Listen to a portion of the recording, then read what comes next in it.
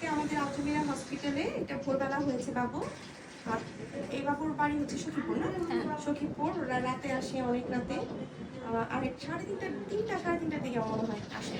তারপর আলহামদুলিল্লাহ ওর বড় ভাইটা আসলে একটু সমস্যা ছিল, আগে যে বাবু হয়েছিল, এই জন্য ওকে আমরা আসলে লেট করিনি। যত তাড়াতাড়ি পসিবল বাবুটাকে চেয়েছি যে দুনিয়াতে যাতে চলে আসে। আল্লাহর রহমতে বাবুর মা অনেক ধৈর্যশীল। তা নাহলে তার আগেও নর্মাল ডেলিভারি হতো না। ওনার আগেও নর্মাল ডেলিভারি ছিল, আবারও নর্মাল ডেলিভারি হলো আলহামদুলিল্লাহ। মেয়ে বাবু সুস্থ আছে। এই বাবুর বাড়ি তপ্তাচালা। এই বাবু ভালো আছে। এই বাবু রাতে হয়েছে, রাতে হলো না, সন্ধ্যার সময়, সন্ধ্যা রাতে হয়েছে। যাই হোক, এখন বাবুদের ছুটি দিয়ে দিব। নর্মাল ডেলিভারি হলে সুবিধা একটাই যে হওয়ার পরই কিছুক্ষণ চেক দিয়ে ছুটি দিয়ে দেওয়া যায়। আর হচ্ছে বাবুদের ইমিউনিটি খুব ভালো থাকে। তো যে যেখানে আছেন সেখান থেকে নর্মাল ডেলিভারি চেষ্টা করবেন। সাহস করলে সবাই আপনাদের হেল্প করবে। আমি যেটা বলি, নিজেদেরকে সাহস করতে হবে। নিজেরা যদি সাহস করেন তাহলে ওরাও সাহস করবে। বাংলাদেশে আমি নর্মাল ডেলিভারি করতে এসে আমি যেটা দেখতে পাচ্ছি যে হচ্ছে রুগীর লোকজন সাহস কম করে। রোগীর লোকজন সাহস কম করে বলেই ডাক্তাররা সিজারের কথা এত বেশি বলে। আদারওয়াইজ আমার মনে হয় না এত সিজার হতো। তো কাজে আমার মনে হয় প্রত্যেকটা বাড়ির লোকজন যদি আগায় আসে তাহলে সিজারের সংখ্যা এমনি কমে যাবে। শুধু আমার এখানে না, আমি চাই যে প্রত্যেকটা থানায় থানায় নর্মাল ডেলিভারি স্টার্ট হোক, সব জায়গায় হোক এবং সবাই করুক।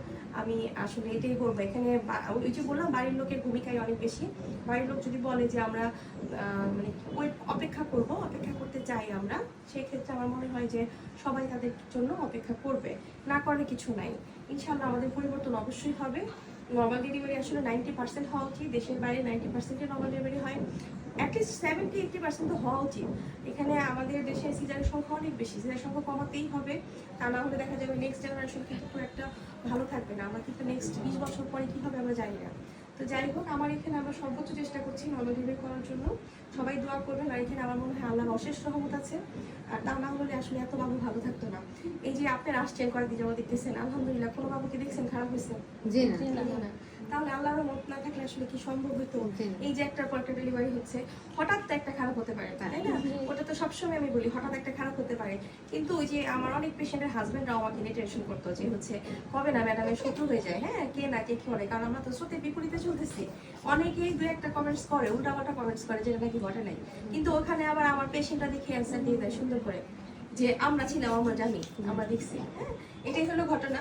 যে যাই বলুক না কেন, সত্য সবসময় সত্য, সত্য কখনো মিথ্যা হয়ে যায় না। আর মানুষের ভালো করলে কখনোই খারাপ হয় না, এটা হচ্ছে বড় কথা। পিছনে তো লোক লাগবেই, ভালো কিছু হলে পিছনে লোক লাগবেই, লোকে কথা বলবে। যাই হোক, যে সবাই আমাদের জন্য দোয়া করবে যাতে এই পিছনে দুষ্ট লোকরা যাতে কিছু করতে না পারে। ভালো থাকবে, সুস্থ থাকবেন। আল্লাহ হাফেজ। এই ও কি সকালে হয়েছে? ও আচ্ছা। যাই হোক, এই বাবুটা বাদ পড়ে গিয়েছিল আগে। 4টা বাবুর সাথে মিলে গেছে, ও বাদ পড়ে গেছে। ও সকালবেলা হয়েছে নর্মাল ডেলিভারিতে আলহামদুলিল্লাহ। তাহলে টোটাল 6টা বাবু। সবাই বাবুদের জন্য দোয়া করবে, এই বাবু তার জন্য সুস্থ থাকে আল্লাহর রহমতে। বাবুর মার অনেক ধৈর্য ছিল। বাবুর বাসার সবার জন্য দোয়া করবে, বাবুর মার জন্য দোয়া করবে, আর বাবু যাতে সুস্থ থাকে এই জন্য দোয়া করবেন। আমি না আরো ওর কথা আরেকজনের কথা বললাম, কোনটা আমরা হয়ে গেছি। যাই হোক, আর সবাই টেনশনে করেন যে বাচ্চা এখানে কিভাবে এক্সচেঞ্জ হয়ে যাবে কিনা। বাচ্চা এক্সচেঞ্জ হওয়ার কোনো চান্স নাই, এখানে বাড়ির লোকজন সবাই থাকে, ঠিক আছে? কাজে এক্সচেঞ্জ হবে না। অন্যান্য বাবুদেরকে দিয়ে দিয়েছি, বাবুটা আসলে বাদ পড়ে গিয়েছিল। সবাই বাবুর জন্য দোয়া করবেন। এই যে বাবুর একটু চোখ কিন্তু পানি আসতেছে, হ্যাঁ, চোখ পানি আসলে কি করবেন ধরেন, আমি দেখাই দিই এই বাবুটাকে।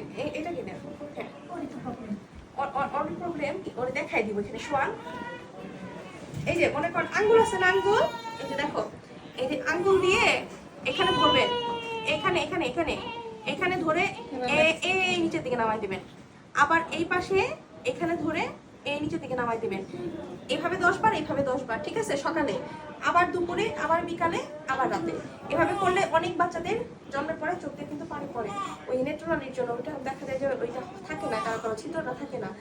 এইটা যদি আপনি এভাবে মাসাজ করা হয়, যেখানে ধরে এরকম, আবার এখানে ধরে চাপ দিয়ে এরকম 10 বার, 10 বার সকালে, আবার দুপুরে, আবার বিকালে, আবার রাতে, তাহলে এটা একাই ঠিক হয়ে যায়, ঠিক আছে? আর